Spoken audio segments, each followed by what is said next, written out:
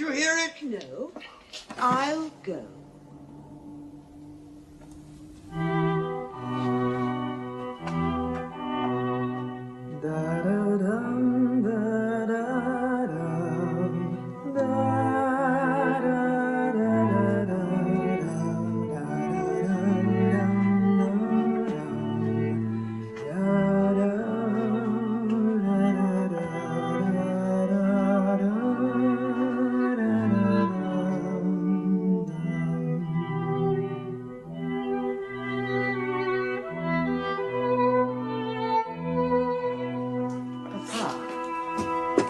Mother's gone out. Aunt Minna's still asleep.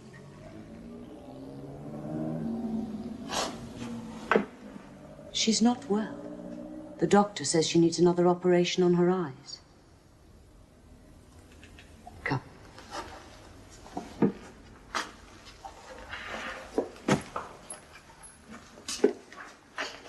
There was no one there. At the front door.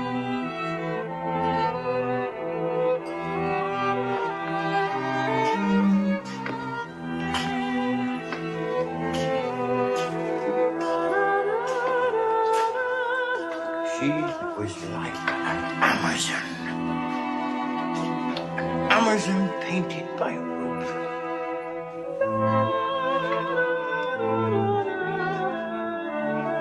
Marty? I'm here. Hello?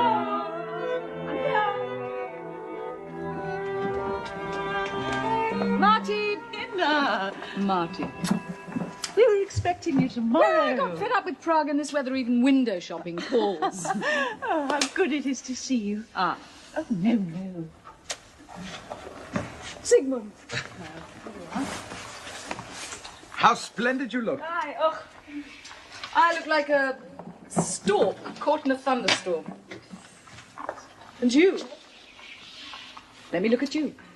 Every inch the man of means. I've put on weight, you mean. What have you got in here? Marty, I don't eat lunch. Nonsense. Come. I know the way. Oh, I'm used to carrying it. It's full of books. How long can you stay? We'll see.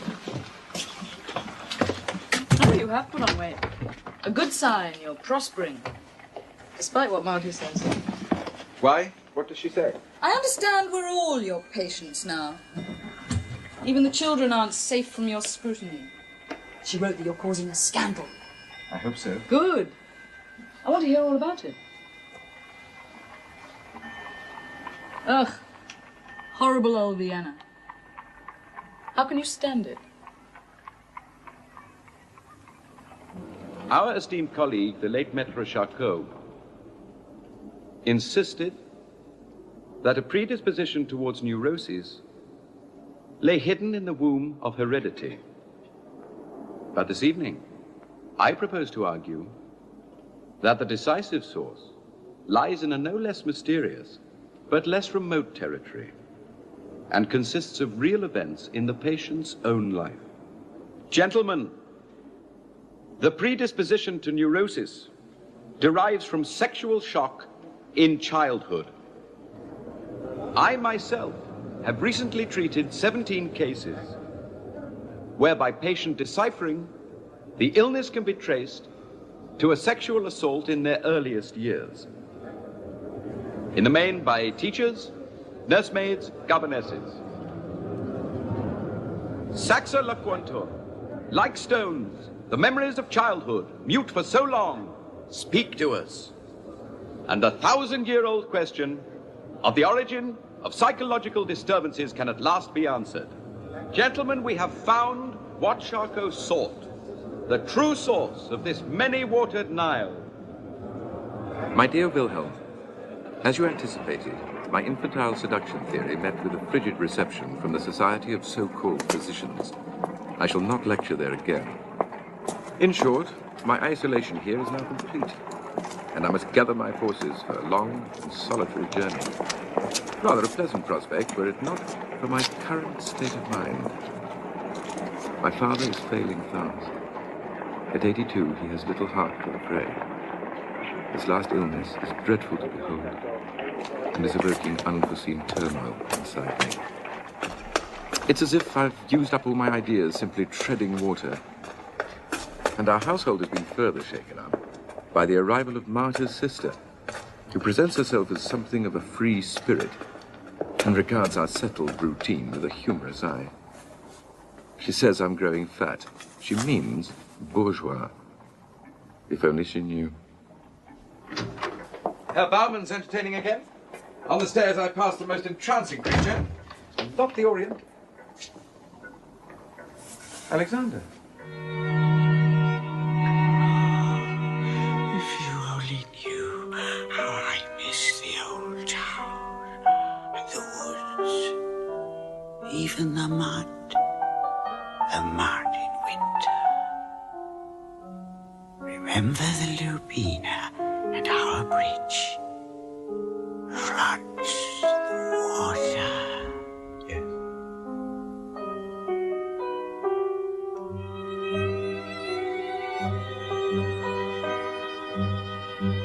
Promise me you'll make Professor, even if it means bowing the head.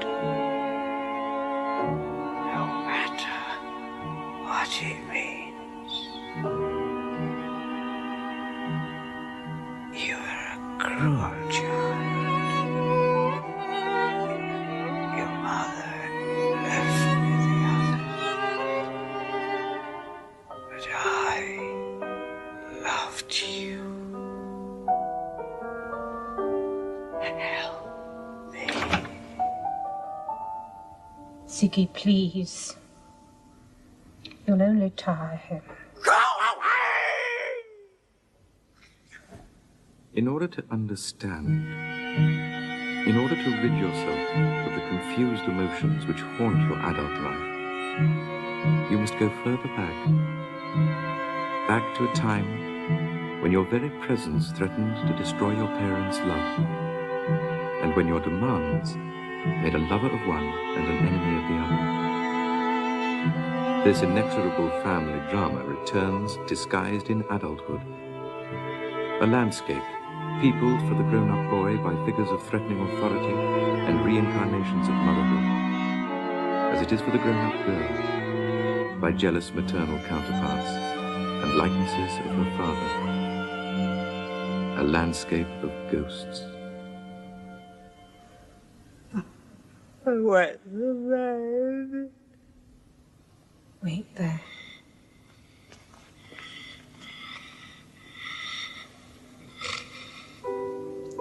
It was the first time I'd heard my parents shouting at each other.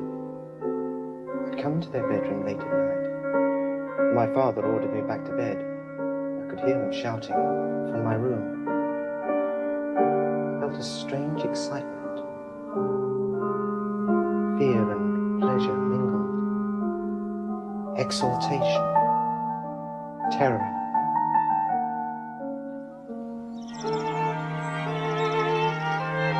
Matilda, where's Martin got them?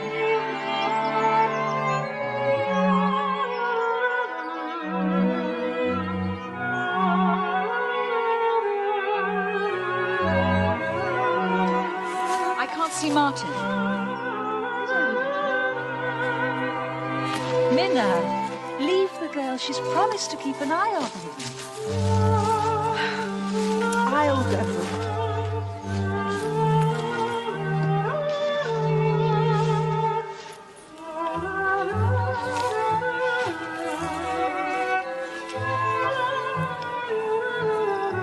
Martin's run off again.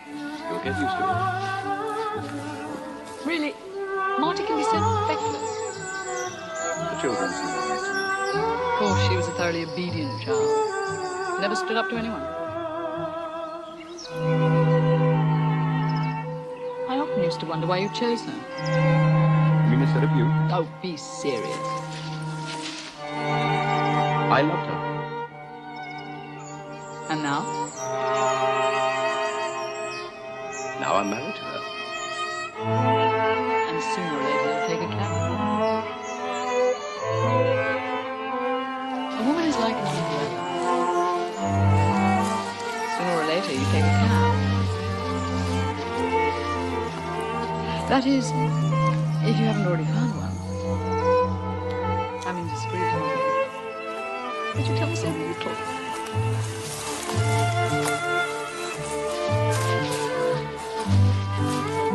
Oh, they're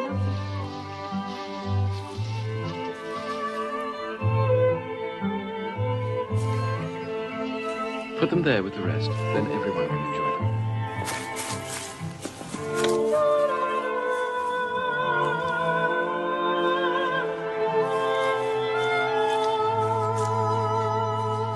They were for you.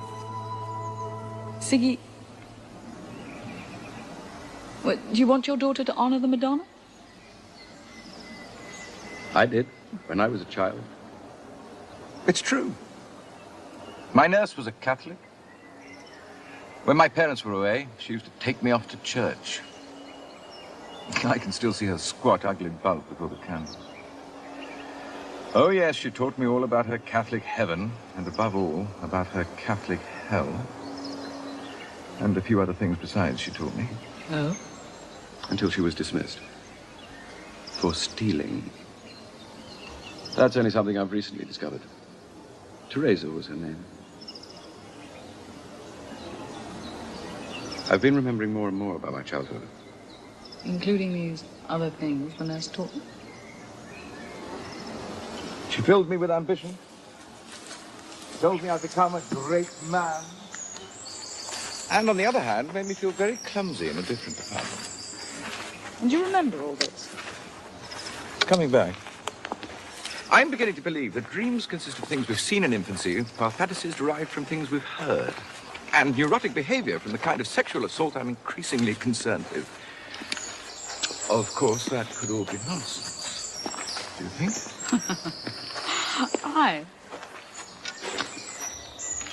I should like your sincere opinion. My sincere opinion isn't worth a damn.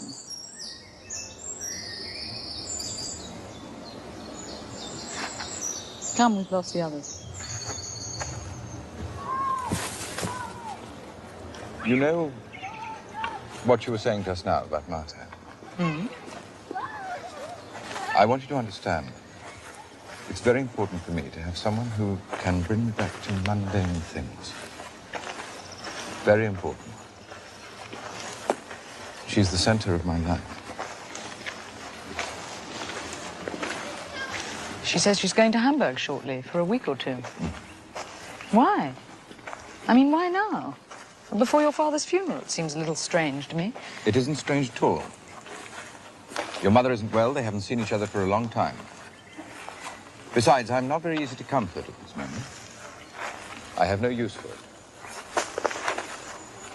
You should also understand that certain aspects of my marriage have been fully amortized. Amortized? What a word to use. It's the word that fits. Amortized. Obligations paid on both sides to our mutual satisfaction. It's perfectly possible to make one's peace with sexuality. As I'm sure you'd agree.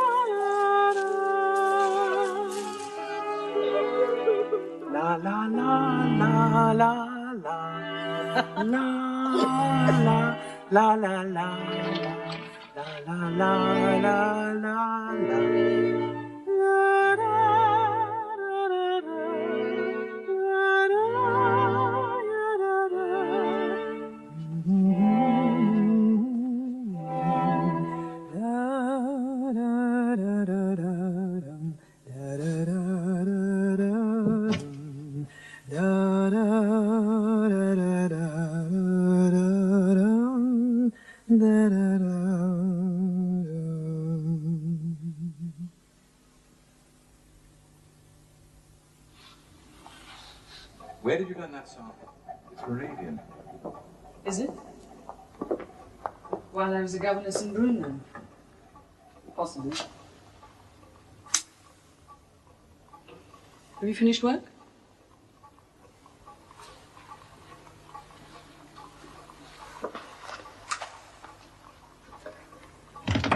You don't mind me singing to them? Mind? I hope you'll stay as long as you want. I speak for Marta and the children. You know that.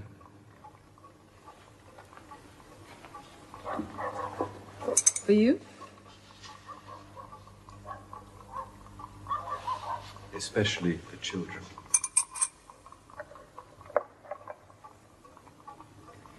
All the best people had two mothers. A no less loved and influential foster mother, at any rate. Leonardo, for instance. Oedipus. Myself, of course. What are you doing?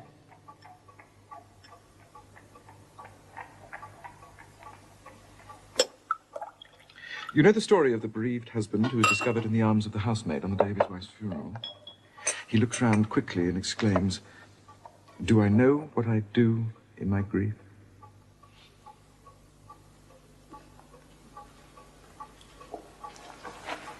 Do you feel grief? No.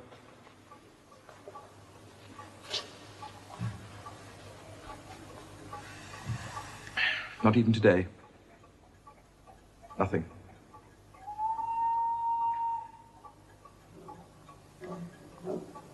For so long, I felt only impatience and contempt. Contempt for one's father. No grief. But I still feel as if I've been torn up by the roots. It's a matter of the way my whole life's been going, not just the loss of power. I feel as if a void is forming around me, professional and personal. There's no one I can talk to. Except you and Fleece. That is when you're not protesting against my obscene ideas. I don't really believe in your protests. I think you're quite unshockable. You think? My best memories of him are when I was a child. Taking me up into the mountains, into the woods. It was a good time. But my childhood was peculiar in a lot of ways that only now begin to fall into place. But my father was old enough to be my grandfather. He had sons my mother's age. They had children my age. Imagine what that means. She could have been my sister. Your mother could? Well, she was the same age as my stepbrothers. My playmates were my niece and nephew, the same age as me. A topsy-turvy world. No wonder I felt I was the center of it. The gravitational force among all those misplaced labels. Mother, father, brother, niece, nephew. All too young or too old for their status in my life. I was holding them in orbit. Since I've started studying the unconscious, I've become an endless source of interest to myself. And what effect did it have on you, this topsy-turviness? When you say your mother could have been your sister. It's curious. I've always thought you were a little afraid of your mother. Possibly. Is she so frightening? What makes you say so? Your expression when we go to lunch on Sundays. And your stomach aches before we go. Well, that's because I know her cooking. And because you know that she's waiting to hear news of fresh glories. All the things your nursemaid promised. Like any other son, unless he's a professor, he's a failure. You admit that much? And when I'm a professor, you'll see. She'll still cook badly. I might as well not bother.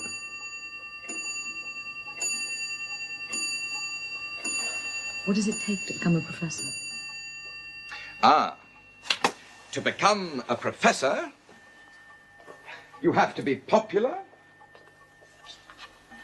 and sound. Then, if the faculty votes for you, the minister submits their application for the imperial signature, And unless you have this misfortune to be a Jew with obscene ideas, he signs. And you get rich. And does that matter to you? It isn't the money. Do you know why money doesn't make us happy? Because we never wished for it in childhood. It's simple, isn't it? All our deepest desires, those that could afford us happiness, derive from infancy.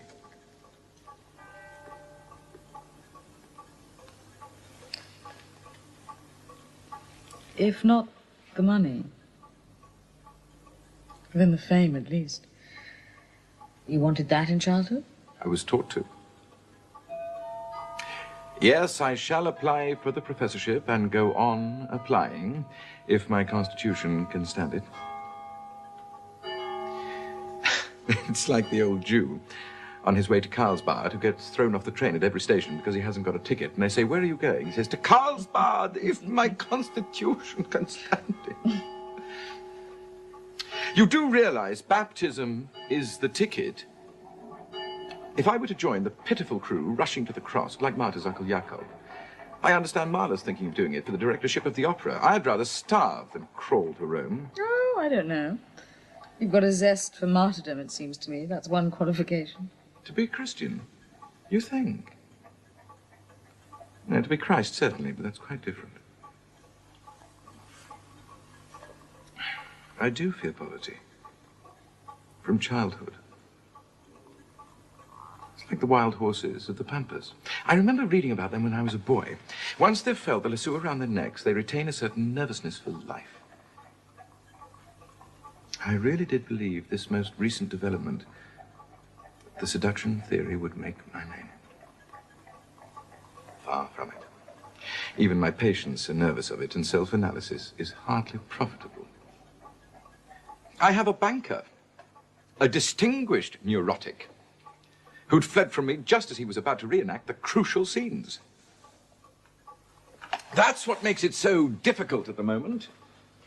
Trying to complete a map of childhood sexuality with the aid of grudging adults. If I could make you understand, you could help me.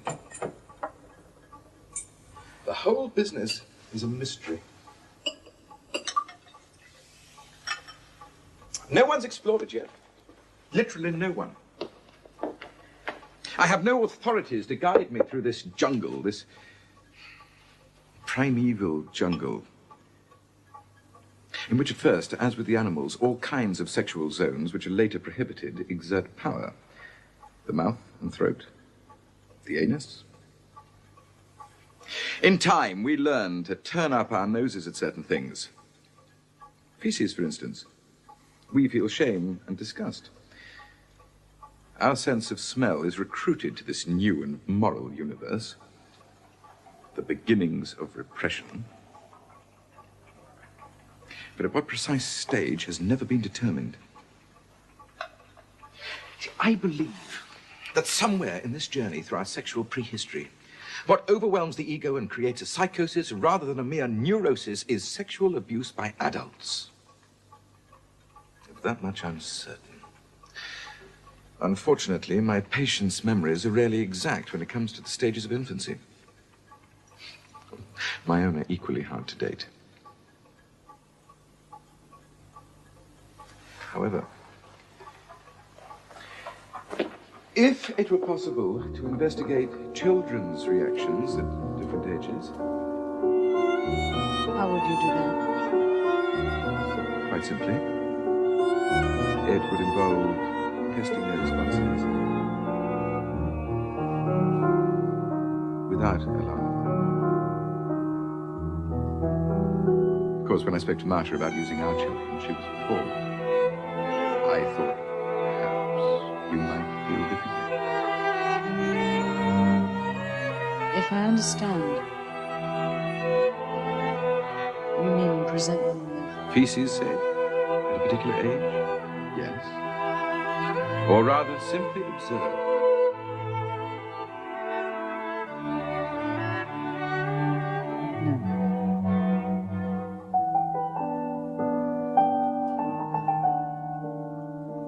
while I'm here. Then I shall have to go on trying to remember. Using what inspiration I have to have.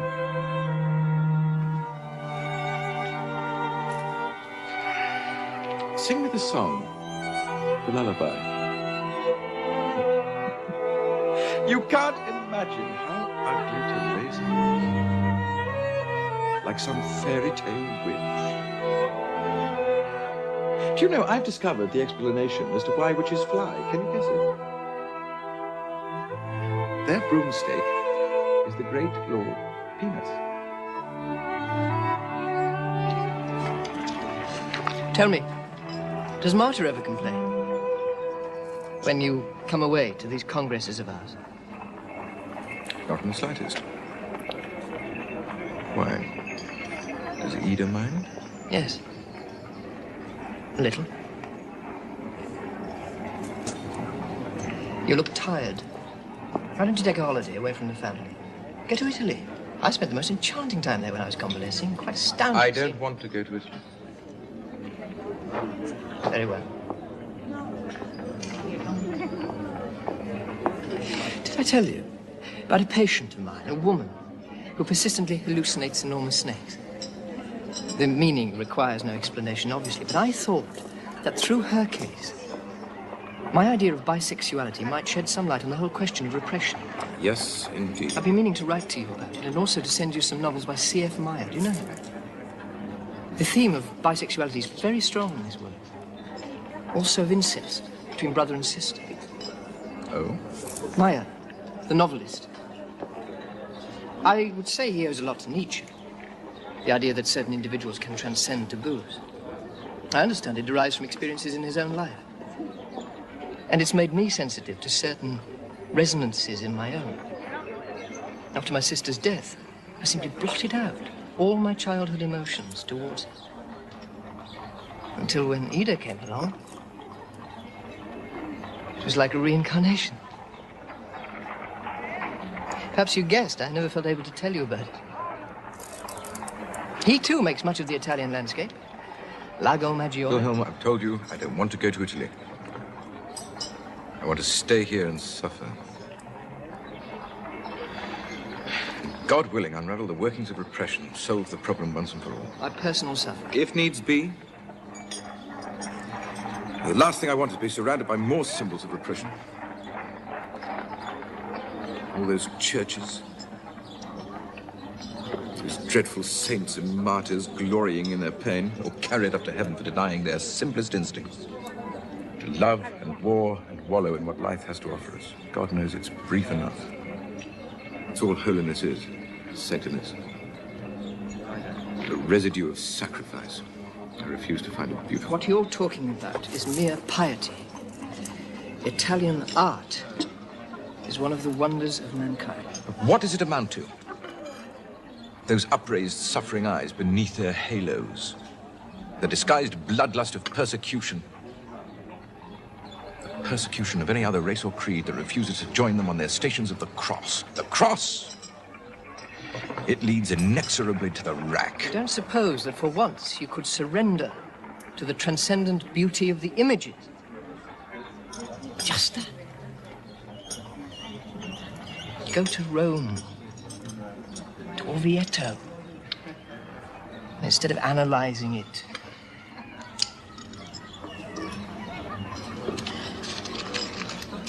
see. I realize that things are going slowly for you at the moment in the field of theory, but if patients are relatively few just at the moment... My theory is fine. My patients are fine. I'm perfectly all right. Doctor, it occurred to me since our last meeting, you remember the business of my childhood dream about the black fellow I was chasing through a strange landscape and couldn't catch. It came up when we were discussing how my mother had been unable to make up her mind about her second marriage. And I myself was experiencing difficulty in making important decisions. Well, I think I think I understand the connection now. The black man was perhaps a Kaffir. And as soon as that occurred to me, I saw that Kaffir was really Kafir, meaning, what shall I do? Kafir. Oh, you see, briefly, I had a French nursemaid, my first love, so to speak. Who no doubt seduced you. Physically, you mean? Physically, I don't know. When I saw the way he treated my brothers, physically, I mean, the way he sat them on his knee, caressed them, whereas with me he was cautious and restrained. It was left to me to make the advances. Of course, I didn't know why I was doing it, much less that it was wrong. And for years I've succeeded in repressing the memory. It's only here with you that I can talk about it without feeling guilty. It's such a release. Tell me, am I making progress?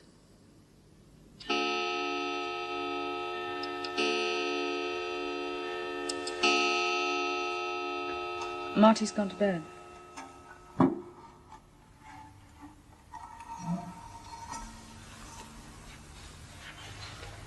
I've made a serious mistake. No more than that, I've made a fool of myself. I don't believe in my seduction theory. My patients do. They feed on it. They're manufacturing stories for me like the devil worshippers they are. All of them? I don't know. No, of course not. But if I can't tell truth from fiction... Perhaps I'm taken in by everybody. Everyone I meet. It's possible. For a psychologist, you're a surprisingly poor judge of people. Yes. A poor judge of people. Yes, quite right. No doubt that's why I make it my profession. Just as poets are often those who find it hardest to express themselves. I've decided I'm going away for a month. To Italy. With Marty? Certainly not. With Alexander. Martha doesn't really enjoy sightseeing at my pace. And the great thing about Alexander is that as a railway employee, he's good at timetables. Thank you for being brisk with me. I mean about my work. Besides, it's nonsense. The seduction theory is perfectly good. I'm just so tired, I can't even trust my own ideas.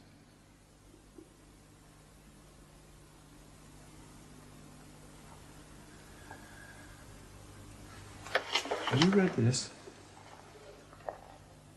It's a novel by Maya. Which one?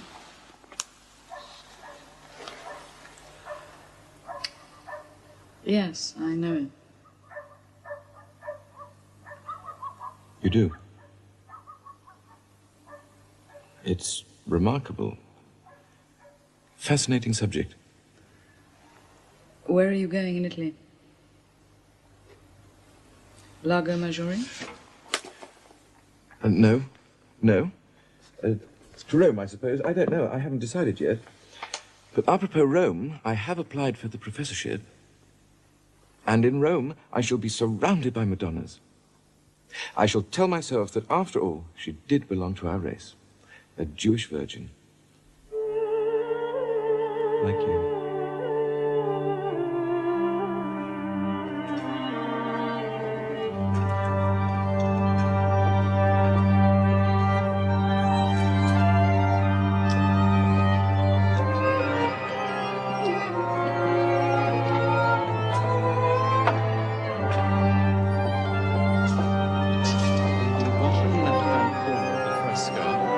dressed in black. We can see standing among the crowd Signorelli himself, next to Fra Angelico da Piese, his predecessor, whose work on the frescoes was interrupted by his death. Well, that would interrupt his work. In the next fresco, the Antichrist can be seen performing his false miracles.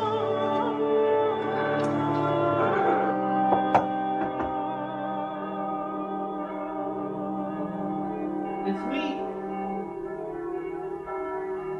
Come in.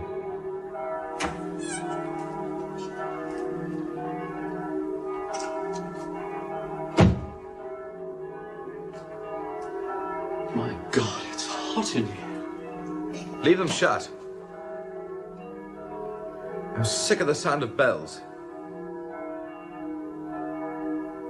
It must be for Vespers. They'll soon stop. They never stop. Reminding the faithful that every instant is a guilty instant. That the end is near. That God's church owns them, body and soul, as it does the streets and buildings, even the hours of the day. You must learn to put up with it, Ziggy. It'll be worse in Rome. We're not going to Rome, not tonight. Why not? We booked the rooms. What kind of a Jew are you? I know why you want to go to Rome, to visit the whores. Or did you want to attend Vespers in Rome? What's the matter with you?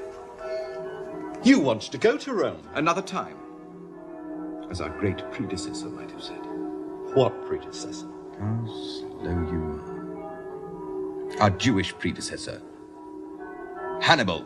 Hannibal was a Jew? Of course. He was a Semite. According to one theory.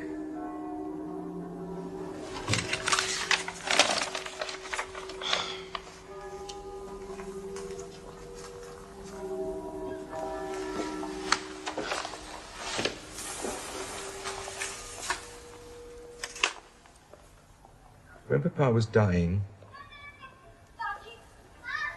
all he could talk about was Freiberg. The beauty of it. The mountains, the woods, even the mud. And all I could think of was the day some good Christian knocked his cap off into the street. We were walking along. The man spat at him and sent his cap flying into the mud. Do you know what he did? I can still see it. He cringed, stepped down, fetched the cap, wiped it, and came back to me, a cringing Jew.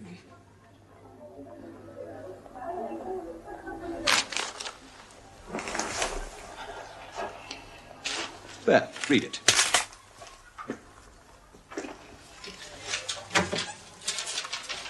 They've turned down my professorship.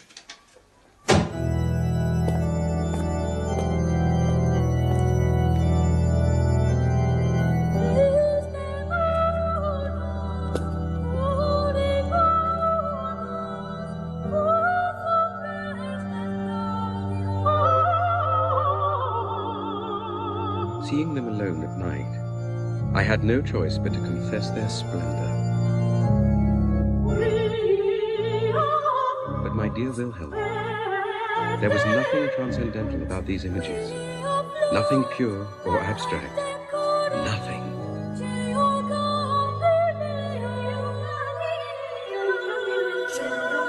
I saw at last what had been hidden from me for so long. The scales fell from my eyes when I turned in shame from my own image of the false Messiah to the crucifixion and the grieving woman.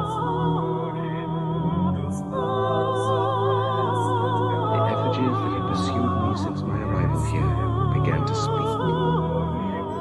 Madonna and Child, Maria lactans, bearing the breast of which human desire and hunger meet. Pagan images, not Christian icons, pagan images surviving like a brazen code.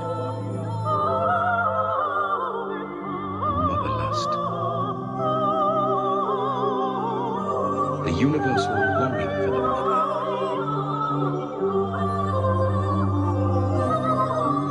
The universal fantasy. Had no one ever wondered why the infant Jesus is depicted not as a baby, but as a tiny man?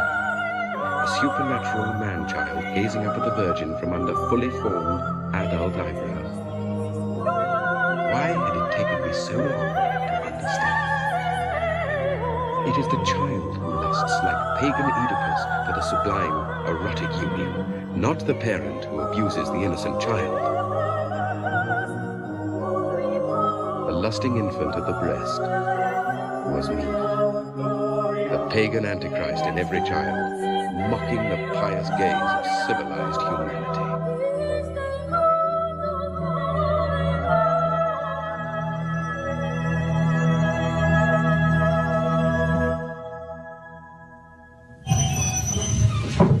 On the journey home from Italy, it must have been a Breslau, I could see the gas lights on the station, and I remembered another journey when we left Freiberg for Vienna. I was barely 4 years old. It was the first time I'd seen such lamps, and with old Teresa's stories still vivid in my mind, they made me think of burning souls in hell. It was on that journey, in fact, that I first saw my mother naked.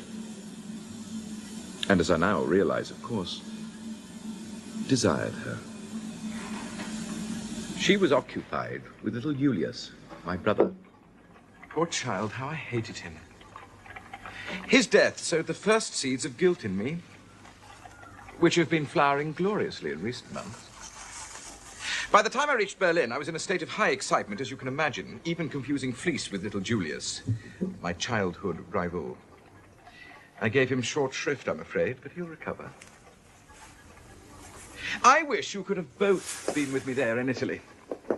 Orvieto was my road to Damascus. I feel like the founder of a new religion. There are Etruscan grave gifts. A family portrait in terracotta. Do you like them? They're beautiful.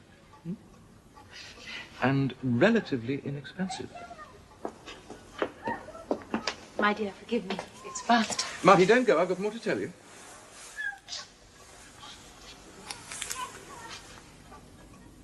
Best of all, I've come to understand all the distressing feelings towards my father that burst on me when he died with all the force of the unthinkable. And they were only a mask for a greater, long-lost rivalry for possession of my mother. You see, no wonder Oedipus Tyrannus is the greatest of all dramas of destiny. Every member of the audience was once an Oedipus. And it's still there, all around the Mediterranean, in every street and building where the Queen of Heaven is depicted. Regina Mater nursing her son. Can you imagine how I felt for the first time in Italy? Bracing myself against the banality of the image, shielding my eyes. And with good reason. For there, painted all over Italy, was the most primitive, the most licentious of heathen images. Not only permitted, but sanctified by the church and venerated by the faithful. So obvious you could miss it altogether. Like all the best hiding places, like the churches themselves built on pagan sites. Minna Sopra Maria. That is Minerva Sopra Maria. It's a church in Rome. Oh. And I thought they'd finally dedicated a shrine to me. Naturally, I was confusing you with the goddess of wisdom. I'm coming.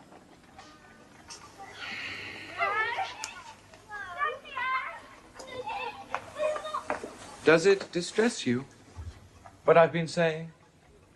It's all right for you. As a mother, your ideas make me feel aghast. There's nothing you can do about it, Marty. You may as well feel aghast.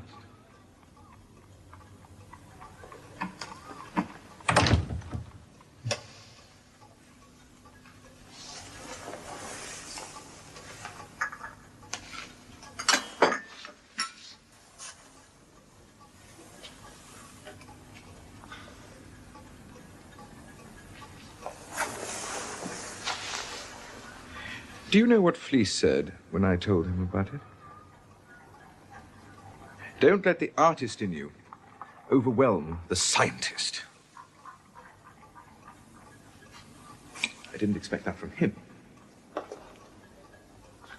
You understand, don't you? We've found the key, the matrix. Older than Athens, old as humanity itself, which can revolutionize our image of ourselves. After all the sentimental lies and empty piety of the centuries.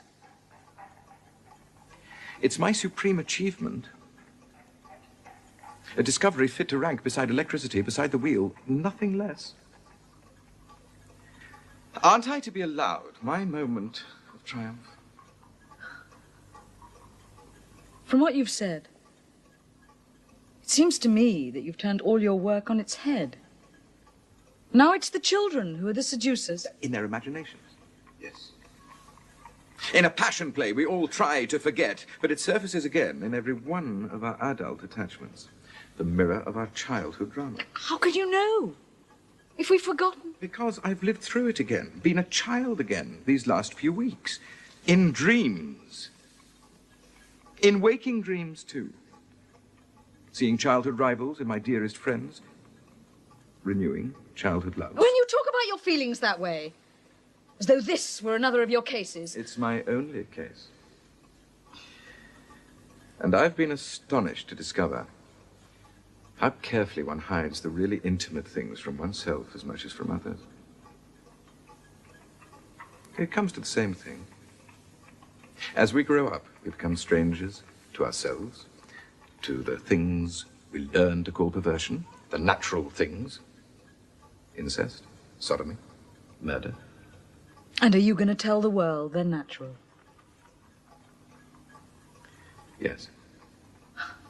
But not that they should necessarily act on them. On the other hand, suppose I were to argue that in the absence of God, revealed as a pitiful fantasy, there was nothing higher than enjoyment. Shockingly immoral. More so than virtuous renunciation. I've seen the rewards of virtue. They terminate in my consulting room. The Tarquins prophesied that he would conquer Rome who first should kiss the mother.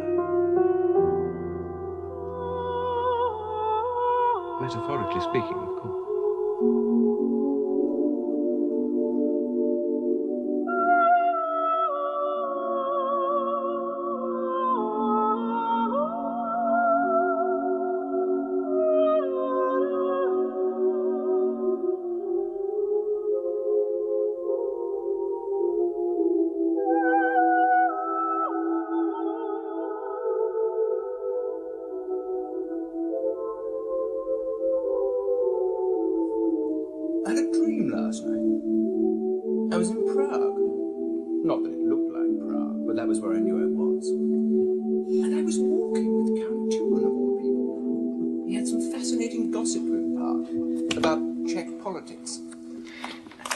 Wish I could remember what it was. Oh, please, tell us later about your dreams, not while playing cards. Especially not while playing cards with Freud.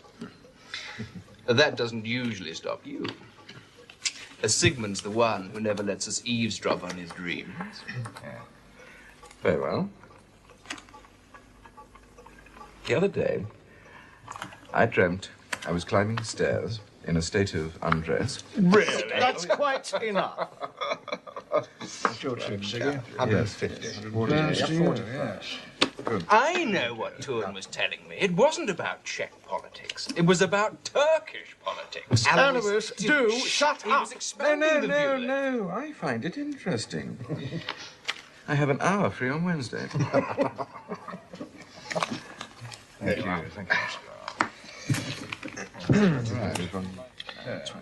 Ziggy, is it true that a patient of yours recently put an end to herself? The nonsense people talk, it said that you were too busy to see her. Is that what you've heard? I heard that she hanged herself. Not for the reason you mentioned. Do you really think I'd refuse to see a patient? You know me better than that. I said it was nonsense. The poor girl was demented. Who told you this? People everywhere, they're all committing suicide. At least that's my impression. It's turning into an epidemic. Last week in our apartment, a young chap cut off his member. Bled to death. Apparently the neighbors heard him shouting, "Nature, nature!" Oh, please! It's an epidemic. It's your bid. Solar. Oh, pass. You know, when I was in Turkey, I was often struck by their extraordinary attitude to death. The Turks. Yes. They seem almost totally indifferent to it. After a certain age, that is. Sexual life is all that matters to them. No, it's true. Once their active love life is over, as far as the Turk is concerned, his days are numbered. Apropos numbers, have you read the reviews of Fleece's book? The one I saw described it as a new Kabbalah. I think his days are numbered. Have you read the book? I've dipped into it. You'd have to be a mathematician. Or a necromancer. All that numerology. Provided you make love every 23 days. More often if you're left-handed. All in all, it only lacks a dedication from the Faust. Yeah. A distant land awaits me in this secret book. From Nostradamus' very hand. Now shall I read the starry night. You missed out a line. Nor for a better guide I look. No wonder, since a better guide is what you lack. Oh, significant omission, Ziggy. And it's starry pole, not starry night. I wonder why you got it wrong. Could it be that as an unremarkable family doctor of Polish extraction, as a Pole whose starry fortunes pale into insignificance beside the gifts of Wilhelm Fleece? Oh, come, Ziggy. Or are you trying to draw our attention to some other difficulty you're experiencing with your own Pole? Really? Is there nothing you won't twist into some scurrilous meaning? Nothing perfectly innocent? I should have known better than to ask. No. I often ask myself the self-same thing. And the answer is yes. Sometimes. Even Homer nods. On certain occasions. A cigar. It's only a cigar.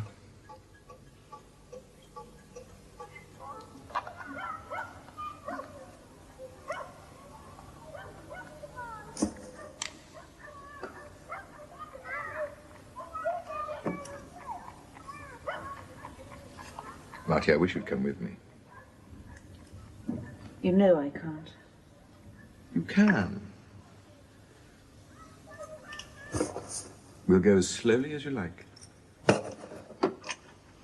No more than 2 museums a day? And 1 cathedral? Alexander swears he won't go anywhere with me anymore unless I sign a document promising to catch the appointed trains. We make appalling traveling companions. 2 berserk wills in head-on collision.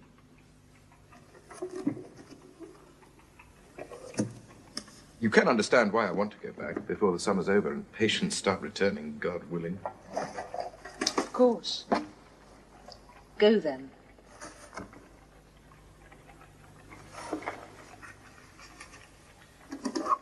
I thought perhaps since Minna has never been to Italy, I haven't spoken to her yet, but if you can spare her. By all means. Ask her.